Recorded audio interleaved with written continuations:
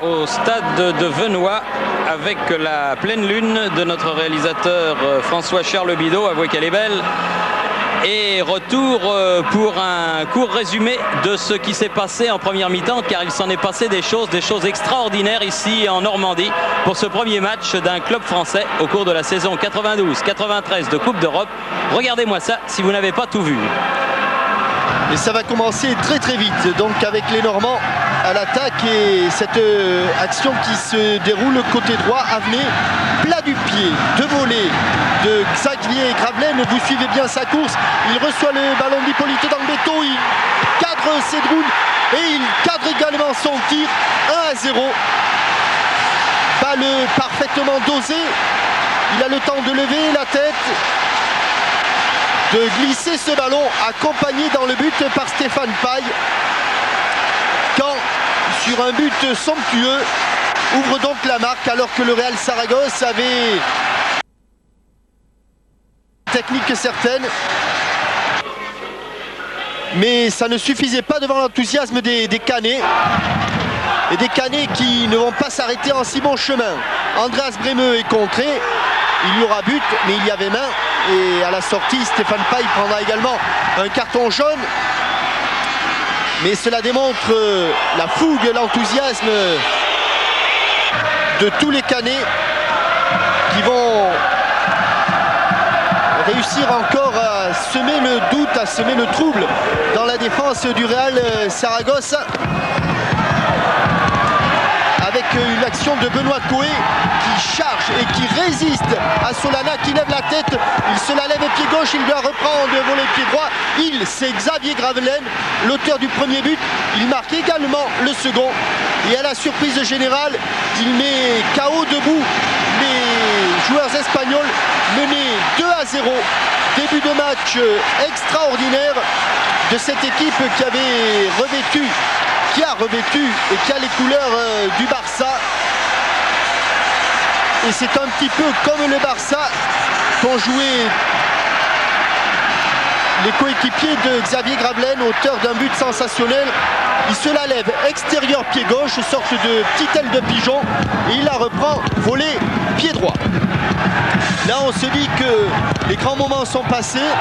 Il va y avoir encore cette tête d'Hippolyte Dambetto et puis vous voyez qu'on a un petit peu de mal pour se relever.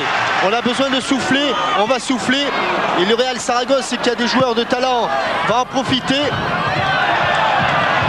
D'abord Bremeux et son pied gauche magique envoie un petit ballon à droite du but de Philippe Montagnier. Mais à la suite de cette action, Pardessa, San Juan, 1-2 en profondeur avec Dario Franco et Garcia San Juan ramène le score à 2-1. Coup de froid sur Venoy, mais cette douche ne va pas rafraîchir les ardeurs canaises. Et Caen va repartir de l'avant, va repartir de plus belle. Hippolyte Dambetto, la tête, relais avec Stéphane Paille, il allait frapper, il n'a pas frappé, il a eu raison car Xavier Gravelaine va distiller un bon ballon, Coé le laisse passer, mais pas Stéphane Paille, volé, écrasé. Le torse nu, il va saluer la foule de Venoy, volé écrasé, troisième but juste avant le repos, 3-1, jamais Caen n'aurait pensé réussir un tel exploit.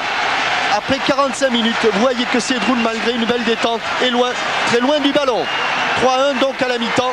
Et comme diraient les sportifs, le plus dur reste à faire.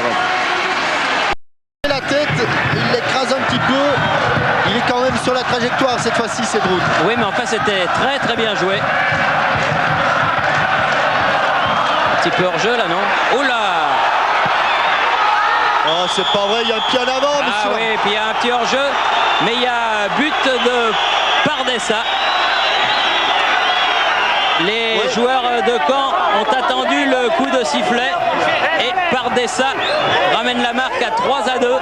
Grand silence et... Ah, c'est dommage. Cela dit, c'est toujours quand même le Malherbe qui mène. Oui, mais limite, parce que vraiment...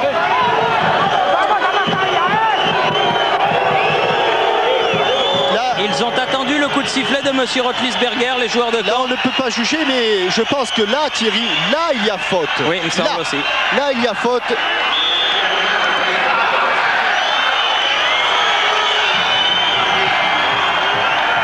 Si on ne peut pas juger le hors-jeu, le pied à l'avant de Germain. Moïse ne faisait aucun doute. Oui, frappe de Gerter, mais à côté.